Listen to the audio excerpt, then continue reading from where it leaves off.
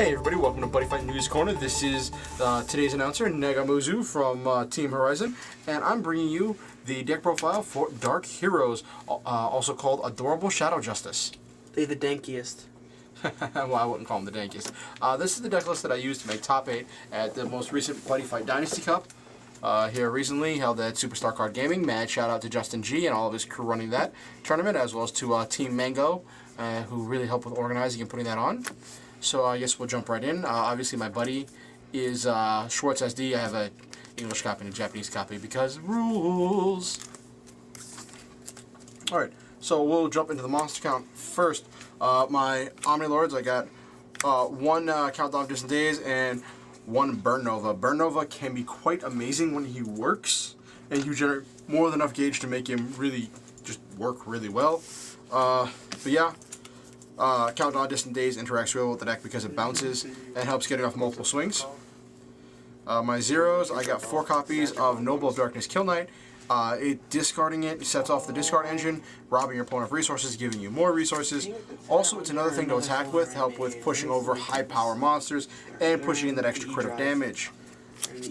I run Sacrifice Iron Moonslash at 3 in the main. This is really good for its 6k power, pushing over things. The discard sets off the discard engine, as well as burning your opponent for damage. So it's just a really good card in general. This is one of them in there. Then the Buddy, Schwartz SD. This is one of your primary attackers. It generates a lot of advantage for you because it can help you with rebuilding so much gauge that you're going to be spending very frequently, and it bounces back to hand, so you can just keep reusing it every single turn as you see fit or not. Alright, now I got 4 Darkness Fist Gwen. Now I realize a lot of people stop running Gwen because it gets to be very, very risky because, well, if it gets shielded, doesn't deal damage, it bounces back to hand. And that can be very dangerous, so I use it in situations where my opponent doesn't have a shield or they have other things that are much more threatening to shield. And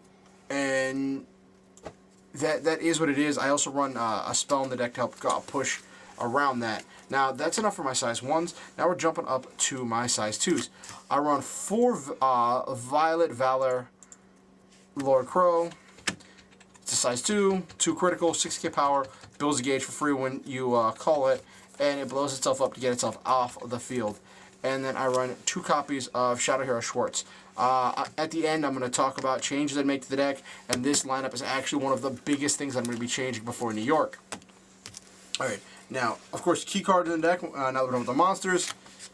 Infinity Death Crest, 3 of the impact. This is your game ender. It can get you out of some really difficult situations. Take, for instance, my matchup against Legend World, when they had so many defensive plays and so many ways to keep themselves alive. I honestly just kept attacking Countdown, waiting for my opponent to keep paying the life to bring Countdown back, and paying life for some of their effects till they got in range and I could impact them for game. Speaking of paying life, I run 3 copies of Evil Aesthetics. This helps with rebuilding your resources and just in general helping to stay in control of the game and to balance out with all the things that you're going to be discarding. 3 copies of First Dark Hero Hideout because it's a good card. Using First Dark Hero Hideout helps with drawing. Now, 3 sometimes feel like a bit much because you're drawn to spare copies and it feels dead after your first one's dropped because you can't have multiple on the board. But against opponents that are blowing up your set spells, having 3 just means you're going to have the replacement one. It also helps with making sure you see it very, very quickly because you want to see that as soon as possible. Now, I also run 3 copies of I'm Finished With You. This helps with dealing with if Gwen does not leave the field, which that's a really crucial situation when you need to push Gwen off the field, and also helps with building gauge and drawing cards so you can cycle through your deck a little bit faster, and the stuff you blow up you can get back using Evil Aesthetics. Now, for my defensive plays, I do 4 I've Seen Through Your Moves. Sorry if my sleeves are a little bit dirty. 4 I've Seen Through Your Moves because, well, it's a shield. It helps with defensive plays. And 4 copies of Mock Braver. I don't really count Mock Braver as a monster because you don't want to call it. Like, it's a really bad play because you can't blow it up effectively, and it just, you use Mock Braver for Mock Braver skill, then it dies. That's really, really how that goes. If it stays in the field, you're going to have a bad time because a lot of your effects just really don't keep working. Now on to the items, which are very crucial to the deck. For Sneak Judgment. Sneak Judgment is really, really good when your opponent's sitting on a wall and you want to push for damage and impact because you don't want to waste all of the resources killing their wall. So Sneak Judgment's really good. It also helps with the draw engine because if you have the set spell and Sneak Judgment on the field and you drop SD Schwartz, you draw 1 when SD Schwartz enters the field, you draw 1 when SD Schwartz leaves the field, so you're getting 2 extra cards for the 1 card you just played. And that SD Schwartz probably cranked out 2 damage or pushed something off the board. So it's a really good card. The one thing is it doesn't have all of the damage output that you see with Mukuro. Yes, I have 1 Buddy Rare. Much thanks to one of my teammates for pulling this. It's a very great card, and it won me quite a few games just because of the offensive pressure it's able to generate because of its restand.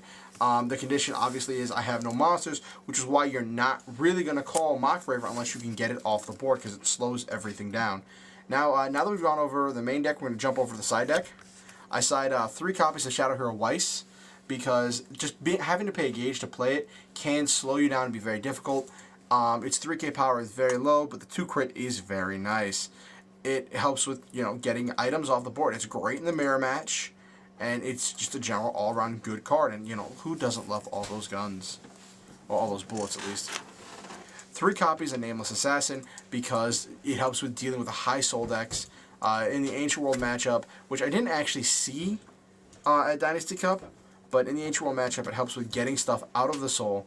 Also, in Star Dragon World matchup, it allows me to pull the Drago Arms out of Aster's soul so that way it's not as protected as it normally is, and it can help with just accelerating through my opponent's resources. And 4 copies of Stop Right There. Stop Right There was a card that, honestly, I will admit, when I first saw the card, I thought it was going to be terrible. I thought it was going to be terrible, but it ended up being really clutch in the Ninja matchup because it can shut down Gojimaru. And being able to use this against double attackers, against triple attackers, is very, very clutch. Overall, I like the deck. It plays really well. Biggest issues I ran into with the deck was, well, obviously I didn't get as much practice as I really should have due to extenuating circumstances. But that's not what's relevant. The big thing that some people, actually most people, probably will not agree with is a change that I'm going to be making before Springfest. I have Schwartz at 2, and I have Lord Crow at 4. I'm going to be cutting 1 Lord Crow to make space for 1 more Schwartz. Now, as is right now, the deck is 51 cards, so I might be cutting something else in order to cut it back down to 50, because if my opponent walls and I don't see a Schwartz, I am in a bad position. If I do see a Schwartz and I don't need it, I can always charge it.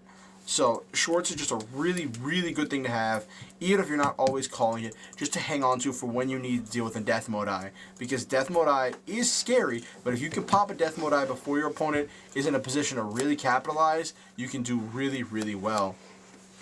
With that said, there's a few other changes I'm going to be making, but that's the really big primary one, and we have to really see what the future holds and what other Omnilords and other resources can be teched into this deck, and if I'm going to be running this or Kaiserion at New York.